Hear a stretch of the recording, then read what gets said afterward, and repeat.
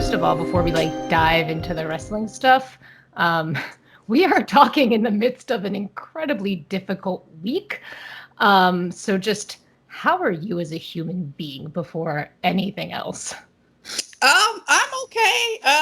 It's a lot going on, especially in this country. Yeah. It's you can't really put it into words. No. Feel, respected. You don't feel like you belong here, but at the same time, it's like we know, especially as a Black woman, that I am needed here Hell yeah. because we are the best decision makers. We're very we know what we want. We know how to say what we want. Yeah. But at the same time, it doesn't feel like it's like when you take one step ahead, you get knocked down 10 steps. And this past week, you could just tell, like, well, first of all, because I've been trying to raise money for Breonna Taylor and her family, and also for the Louisville Community Bail Fund. Yeah. And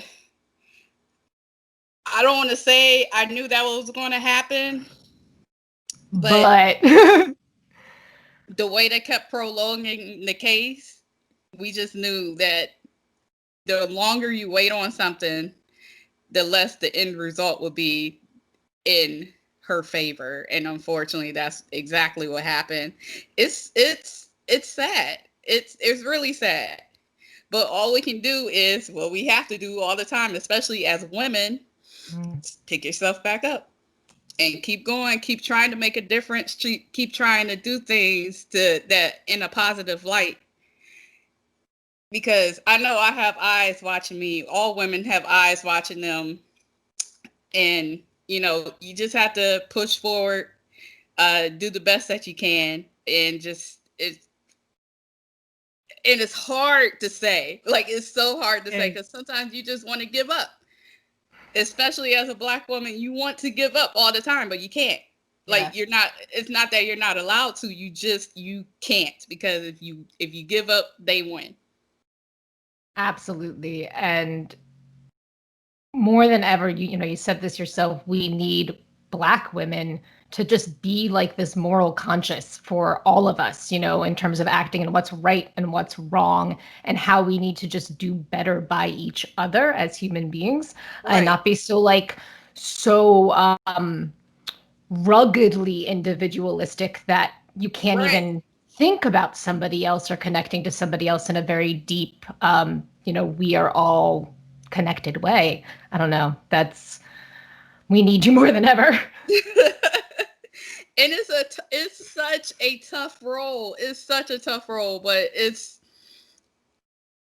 I would say, not to get religious, some people don't believe in it, but, people are placed in their beings and in the bodies for a reason. Mm-hmm. Because we're, God placed us here for a certain reason.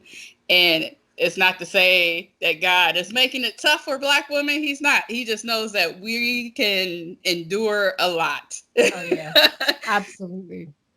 I'm going to turn this back into wrestling kind of a little clumsily here, but I think it applies. One of the things that I was excited about for WrestleMania weekend was your Grey Sweatpants Battle Royale. Right. You, not only as a woman, but as a Black woman, were one of the few, Black female voices really making a space for yourself WrestleMania weekend and doing so with such a fun and I don't even know the other word, just fun and it just inverts all the tropes in terms of how we think about how wrestling has historically sexualized women and looked at women as objects. It's sort of turning that on its head, having some, but not from a mean place, from a fun place. So I just want you to walk me through this journey around, conceiving this show and then the emotional kind of roller coaster of having to cancel and maybe hopefully revive this concept. Well, you are absolutely right in stating, pro wrestling. Even now, you can say that not a lot, but there are still quite a few women in the business that get what they get because of how they look. And there's nothing wrong with that, because trust me, if I was a size 5, size 6, I tell people this all the time. If I didn't have the body that I have, I will be naked all the time. But, you know, that's just, it's a male dominated sport. Yeah. So if they want to see TNA, that's what they want. That's what they're going to get. That's who they're going to hire. That's the standard of look that they want. And now I would say women's wrestling is evolving, where it's not just based off looks, it's also based off skill. Can you go in the ring? Yeah. But to bring it back, being a single woman, and you know, sometimes you have needs, and I would say I don't want to see like the whole shebang bang of the male anatomy. Like, I don't like, people send me those type of pics in my DMs. Too much. I don't care to see them. You need to leave something for the imagination. That's it. So a lot of people knew about men wearing gray sweatpants or sweatpants, you know, that shows off it shows off the anatomy without actually them having to whip it out, and I don't want to see that. So it was just a joke. It really was. I tweeted out a joke like, hey, there should be a Grey Sweatpants Battle Royale. I know some people that should be in it. And for some reason, I have no idea why that idea just like blew up. Because it was a joke. Then all of a sudden, I get a couple of DMs like, hey, are you really doing that? And I'm like, no, Yes. Like, it was a joke. Then I get another DM from a friend that's like, hey, I know somebody that's actually running WrestleMania weekend that has a building, and he wanted me to reach out to you and see if you wanted to actually run that show. And I was like, no, it was a joke. I don't want that pressure. It's bad enough that I already had a lot going on that weekend, which I was completely grateful for, because the year before that, I was not able to participate WrestleMania weekend because I was working as an extra with WWE. So I think I did I did 2 shows last weekend, that last WrestleMania weekend, comparing to this upcoming WrestleMania weekend where I was doing 5 shows. Yeah. And then I was like, you know what? After that, I don't want to burn myself out. That was my thing. Did not want to burn myself out. Yeah. So I didn't want to do it. And I really just had people, my closest people to me, that's like, I think you should. Like, I think it's going to be a game changer. I think you should. So, you know, I talked to the people that was behind it, and they're like, you know, we'll take care of the ring, the building. If you just really want to run this show, just let us know. You got our full support. So then I started to think, like, if I did run a show like that, I wouldn't want the profit, because I felt like that WrestleMania weekend, I was going to make good enough money just from wrestling and from merchandise. I seen it as God putting this blessing of using my name and my voice to do something that hasn't been done before, ever. Love that. So why not, you know, do something and like just give forward. Give it back, you know? yeah. Yeah, just, and I think a lot of people should do that. Like, sometimes, money ain't everything. We can't die with the money we make. I love that. I'd rather give it to a good cause. And I know one place that I've been going to since I was a teenager is Planned Parenthood. And I don't care what the stigma is behind it. They help women's health. Yes, regardless. They do. Another woman here who's used their services cannot praise Planned Parenthood. They are all about women's health.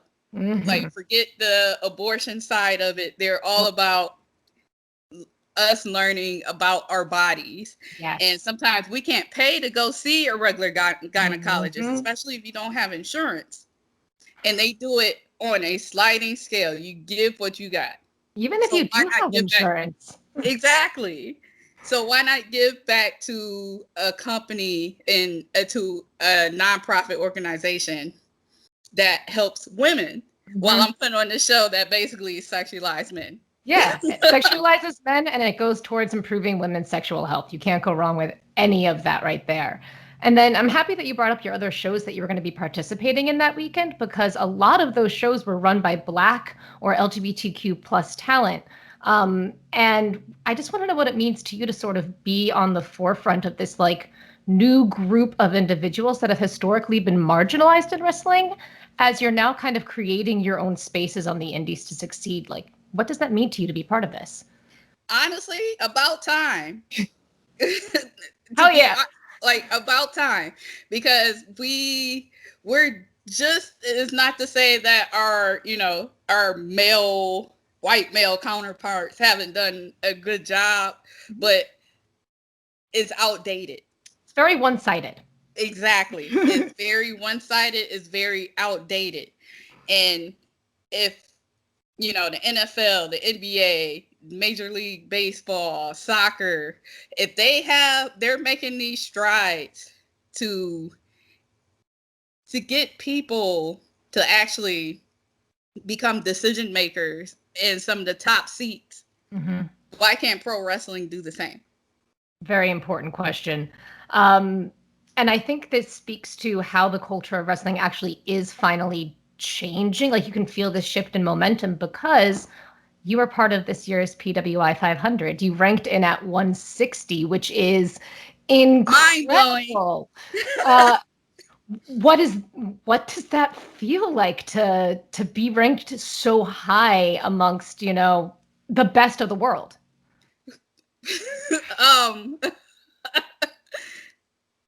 My friend, one of my good friends, Dennis, he called me and he's like, "Oh, the rankings came out." And I was just like, "Oh, okay." Because honestly, I think nothing of it. I don't think I'm ever going to make anybody's list. I don't think people are ever going to list me on anything. Like, I'm just, I appreciate the love that I get, but I also know how some people think about me, which is fine. Everybody has their own opinion. So I was like, I know if I am on this list, I'm probably going to be like number 500. And he's like, "No, Dan the Dad is 500. I was like, well, I feel like I should be 500. And he's like, "But I think you're on this list."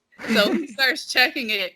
And he's like, "Oh my God." That's the first thing he said, "Oh my God." And I was like, what do you mean, "Oh my God"? He's like, "You're not in the 400s. You're not even in the 300s. You're not even in the 200s. And I was like, "Wait a minute. Wait." He's like, "You're 160. I was like, "Who did that?" That was my first reaction. Like, "Oh my God, who did that?" He's like, "Yeah, girl. You did that." He's like, "Girl," that's exactly. He's like, "Girl, you did that. You are." He's like, "Your first time on this list, and you are number 160." And I was just like in shock. I was in complete shock, because I was just like, did I really do that well in 2019? Like, I don't even remember it because it's a blur. Like, I just remember being busy. Like, that's all I remember. I don't remember anything else. And he's just like, you really did something. He's like, "I think you might be the first Black woman on this list." And I was like, I know that's not true. And it's not true. Yeah, I was going to say, because didn't Jazz? Yeah, Jacqueline, okay. My idol. That's it. It's Jacqueline got it. Yes. My idol, Jacqueline, was the first Black woman. So just to be in that ranking and with her is like, it's mind blowing to me. Cause I try to make a difference in this business, but to finally get a little recognition, and it's just like, even now I'm speechless, because I'm just like, I can't believe I got ranked. Like, first of all, I can't believe I got ranked. Yeah. Then second, to be ranked so high, it was just like, whoa, like, this is amazing. So of course, me being Faye Jackson and doing what I had to do, I tried to troll a couple of people. Got a couple of responses that I wanted, and that's all that mattered. It's But it fantastic. was just the recognition that, 2019, that I really was like out here making strides and trying to make wrestling look different. Not saying, wrestling, we Be take it different, not just serious. look different, be different. Right. But I was just so elated, just so elated. That's amazing. And I'm not really surprised that you rank, like you say you're surprised you rank so high. I'm not surprised you rank so high because you have this effortless ability to connect with people in the crowd. It's one of the things I admire most about you as a wrestler. Like you really make people feel stuff in the ring when you're there, when you're live. People just get so hype when you're around. Is this something that's always come natural to you, or did you have to really work on this when you started training? Um, I would say, I wouldn't say it came natural. Some people do say it comes natural. I would say because of my background, because I I did start in this business pretty late. I'm not going to say, I usually tell people I'm 113 years old. I'm sticking to that. But when I first, I've always loved wrestling, always watched it. I never thought I could do it. But when I went to college, graduated from college, I started working in radio. So me working in radio, and then um that helped. I guess that helped a little bit as far Yeah. as always having to talk to people, always being around people, always having to interview people, always having to engage people. Yeah. So I would say that helped a little bit. And then when I decided to go work on my other degree and work in the sports world. Yeah. So now I'm working around all these millionaire athletes and all these billionaire owners. So that kind of just gave me the strive to not,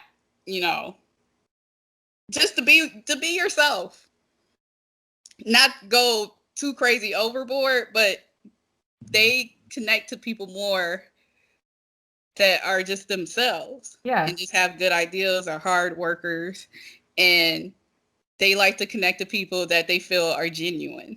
So in the ring, I try to, connect to the crowd because I know that I look different to them, size wise, shape wise.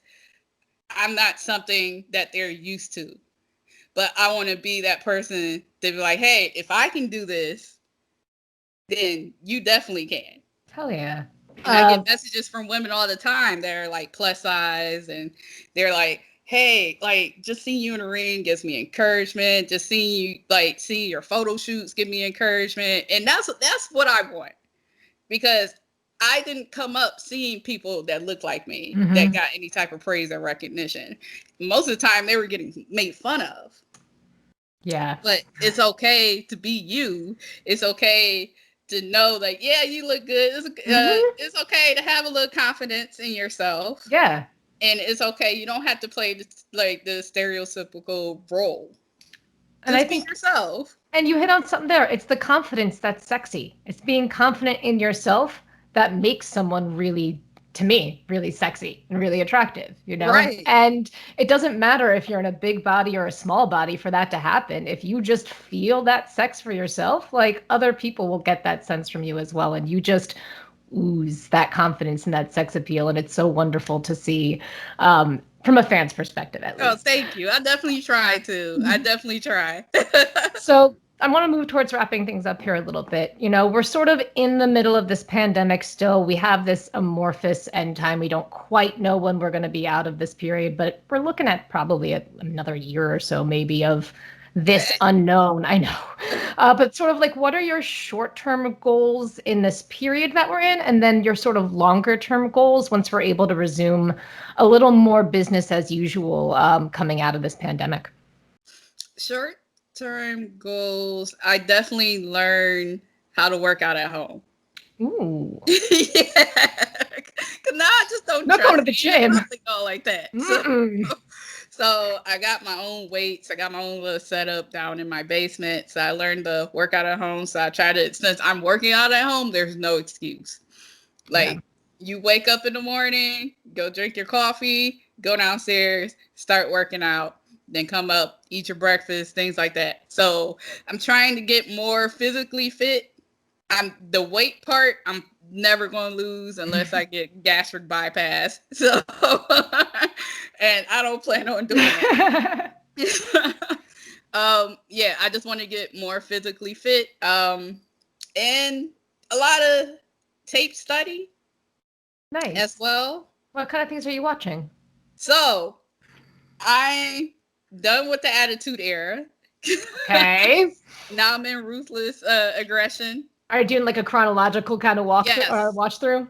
Yes. Nice. Yes, I am. Thank you, WWE Network. So lots of Cena. Yes. And I'm just trying to analyze on a character standpoint, not so much of the wrestling. I'm trying to analyze how people connected to these large crowds as a character. And John Cena, he came out first as the prototype, but then the more he found himself as John Cena, he became Word Life. I'm in Word Life John Cena right now. And the crowd they adapted to it. They loved it. He had a way with his words, and he was able to match that in the ring. Batista had a way with just coming out, just kicking ass, looking hot.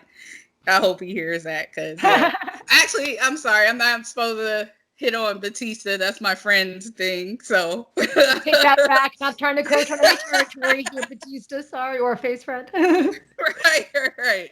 But he's an attractive man, even then, even still now.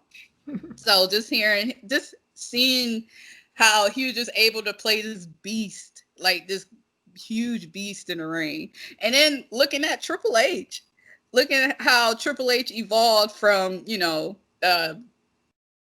Suck It, because that's what it was in the Attitude Era, to the Game, to being like the most evil heel ever in this business. Right. Ever in this business. So I'm more analyzing how people use their characters, especially in the ring. That's awesome. And then coming out of this pandemic, like, what are your long-term goals to sort of, once you're able to really resume wrestling again proper, what are some of the things you're looking to accomplish or do? First of all, let's get this show going with the Grey Sweatpants and making it right. Yes. And hopefully next WrestleMania, it will be what I envisioned. And much more. And hopefully that can go into either a yearly thing or maybe like a semi every 6 months thing, just depending on how it goes.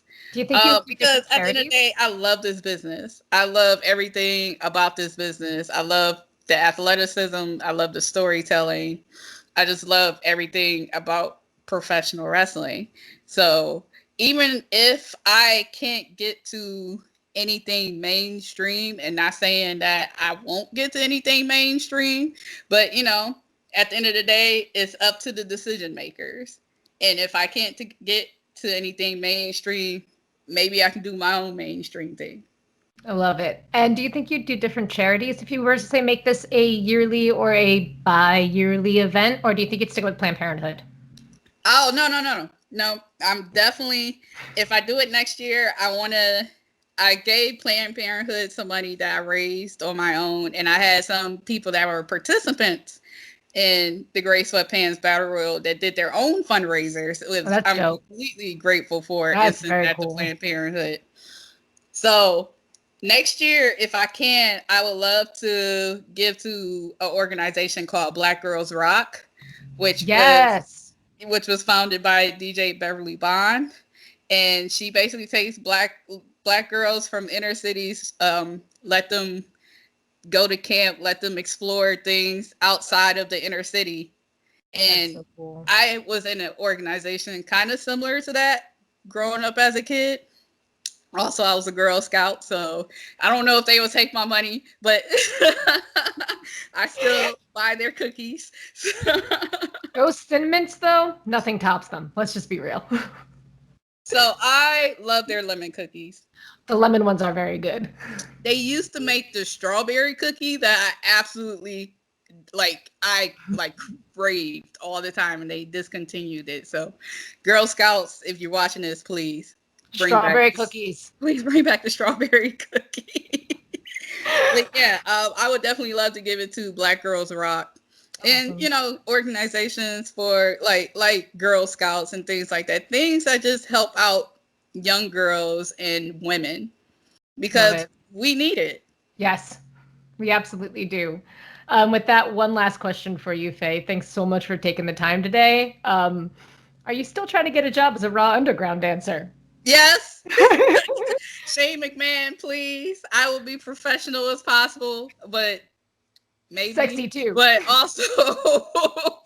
also please, can I be a Raw Underground dancer? That is my goal in the rest of 2020. Bring it back.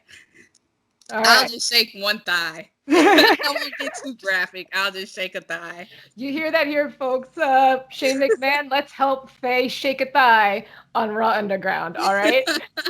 Faye, thank you so much for taking the time to talk to Bella to Bells today, and good luck with everything right now. Oh, thank you, Jackie. It was good talking to you. So good talking to you. Take care. You too.